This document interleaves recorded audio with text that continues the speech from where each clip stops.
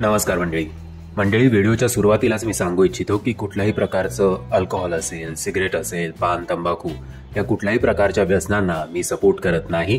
परंतु आजकाल जे काही या व्यसनांसंदर्भात जे काही विचार असतील या नवीन जे काही रिसर्च आले आहेत ते फक्त या व्हिडिओच्या मार्फत मी तुमच्यापर्यंत ते पोहोचवत आहे.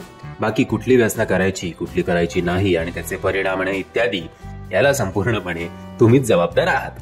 तुम्हीच तुमच्या जीवनाचे शिल्पकार किंवा अल्कोहोलकार असं आपण म्हणू शकतो.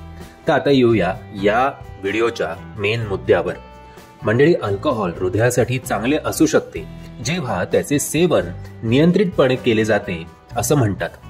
पण नवीन संशोधनानुसार कधीतरी किंवा केव्हा तरी मद्यसेवन न केलेल्यांपेक्षा सतत व नियंत्रणात वाईन, दारू किंवा बिअरचे सेवन करणाऱ्यांमध्ये हृदयघात किंवा हृदयविकार होण्याची शक्यता कमी असल्याचे सिद्ध झाले आहे. मंडळी, आठवड्यातून 3 ते 5 वेळा मद्य सेवन हे हृदयासाठी चांगले असल्याचे नॉर्वेजिनियाच्या विज्ञान व तंत्रज्ञान ANTNU विद्यापीठातील संशोधकांनी म्हटले आहे.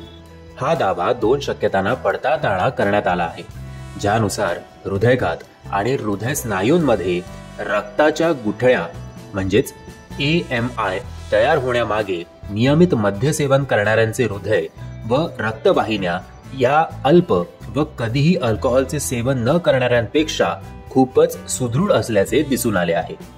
संशोधकांच्या मते दर आठवड्याला 3 ते 5 वेळा मद्यसेवन करणाऱ्यांमध्ये हृदयघात होण्याचे प्रमाण केवळ 33% असून हे प्रमाण कधीही किंवा केव्हा तरी मद्यसेवन करणाऱ्यांपेक्षा खूपच कमी आहे. तर एका अतिरिक्त मद्यसेवनामुळे हृदयघाताची शक्यता ही केवळ 28% एवढीच असते.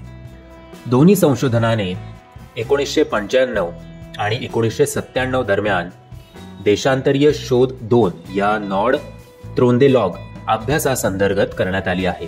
यावेळी हृदयघात आलेल्या 60,600 लोकांचे हृदय आणि अल्कोहोल यांच्यातील संबंधांचे विश्लेषण या अभ्यासात करण्यात आले होते. त्यापैकी 1500 जणांना अभ्यासादरम्यानच हृदयघाताचे लक्षण दिसून आले आणि या अभ्यासाची समाप्ती 2008 मध्ये झाली. हृदयघात झालेल्या 55,000 लोकांचे मद्यसेवन करत असलेल्या व कधीतरी सेवन करणाऱ्या अशा 2 गटांमध्ये विभागणी केली होती. त्यापैकी 2,900 जणांना 1995 आणि 2008 दरम्यान AMI ची लक्षणं दिसून आली होती. तर मद्यसेवनाच्या अतिरिक्त सेवनामुळे AMI ची शक्यता ही केवळ 28% आली होती.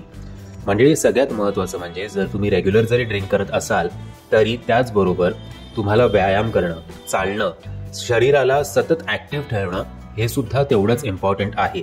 असं नाही होऊ शकत की तुम्ही फक्त दारू प्या आणि मस्त दिवसभर लोळत बसा किंवा नुसते बसून राहा, तर मात्र तुम्हाला सुद्धा याचे दुष्परिणाम लवकरच दिसून येतील.